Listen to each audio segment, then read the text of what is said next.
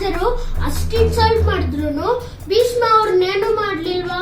ಯಾಕನ್ಲಿಲ್ಲ, ಅಲ್ಲಿರೋ ಎಲ್ಲಾ ರಾಜರಿಗೆ ಓಪನ್ ಚಾಲೆಂಜ್ ಮಾಡ್ತಾ ಕಾಶಿ ರಾಜ್ಯದಲ್ಲಿರೋ 3 ಜನ ಯುವರಾಣಿರಾದ ಅಂಬಾ, ಅಂಬಿಕಾ, ಅಂಬಾಲಿಕನ ಅವ್ರಿಗಿಷ್ಟ ಇಲ್ದಿರ ಅಲ್ಲಿಂದ ಕರ್ಕೊಂಡು ಬಂದ್ಬಿಟ್ಟ.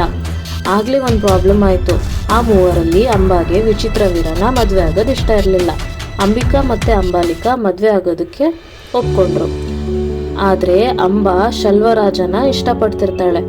ಭೀಷ್ಮಂಗೆ ಅದು ಗೊತ್ತಾಗ್ತಿದ್ದಂಗೆ ಅಂಬಾನ ವಾಪಸ್ಸು ಶಲ್ವರಾಜನ ಹತ್ರ ಕಳಿಸ್ಬಿಡ್ತಾನೆ. ಆದ್ರೆ ಶಲ್ವರಾಜ ಮದ್ವೆಗೆ ಒಪ್ಕೊಳ್ಳಿಲ್ಲ.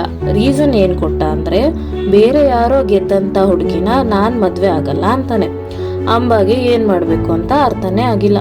ಅಂಬಾಗೆ ಆಗಿ ತುಂಬಾ ಬ್ಯಾಡ್. ಪಾಪ ಇವಾಗ ಅಂಬಾ ಏನ್ ಮಾಡ್ತಾಳೆ? ಹೌದು, ಅಂಬಾಗೆ ಆಗಿದ್ದು ಅನ್ಯಾಯ. ಕಾಶಿಲಿ ಅಂಬಾನ ಶಲ್ವರಾಜು ರಿಜೆಕ್ಟ್ ಮಾಡಿದ್ಮೇಲೆ ಅಂಬಾಗೆ ಏನ್ ಮಾಡ್ಬೇಕು ಅರ್ಥ ಆಗ್ಲಿಲ್ಲ. ಮತ್ತೆ ಹಸ್ತಿನಾಪುರಕ್ಕೆ ಹೋಗಿ ವಿಚಿತ್ರವೀರನ ಮದ್ವೆ ಆಗೋದಕ್ಕೆ ಒಪ್ಕೋತಾಳೆ. ಆಗ್ಲೇ ಅಲ್ಲೊಂದು ಟ್ವಿಸ್ಟ್ ಇರುತ್ತೆ. ಏನಂದ್ರೆ, ಈ ಸರಿ ವಿಚಿತ್ರವೀರನು ಅಂಬಾನ ರಿಜೆಕ್ಟ್ ಮಾಡ್ತಾನೆ. ಯಾಕಂದ್ರೆ ಬೇರೆಯವ್ರನ್ನ ಲವ್ ಮಾಡಿದ ಹುಡುಗಿನ ಹೇಗ್ ಮದ್ವೆ ಆಗೋದು ಅಂತ ವಿಚಿತ್ರವೀರನ್ಗೆ ಇಷ್ಟ ಇಲ್ಲ. ಅಂಬಾ ಫುಲ್ ಬ್ಯಾಡ್ ಆಗಿ ಫೀಲ್ ಆಗ್ತಾಳೆ.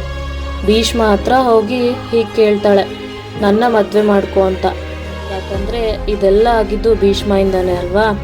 ಬಟ್ ಭೀಷ್ಮ ಅವ್ರು ಹಾಕಿದ ಪ್ರಾಮಿಸ್ ಬಗ್ಗೆ ಹೇಳಿ ನಾನು ಮದ್ವೆ ಮಾಡ್ಕೊಳ್ಳಲ್ಲ ಅಂತ ಹೇಳ್ತಾನೆ. ಸೊ ಅಂಬಾ ಆಗ ಫುಲ್ ಕೋಪ ಬರುತ್ತೆ. ಮತ್ತೆ ದ್ವೇಷದಿಂದ ಭೀಷ್ಮ ಮೇಲೆ ಹೇಗಾದ್ರೂ ಮಾಡಿ ಸೇಡ್ ತೀರ್ಸ್ಕೋಬೇಕು ಅಂತ ಫಿಕ್ಸ್ ಆಗ್ತಾಳೆ.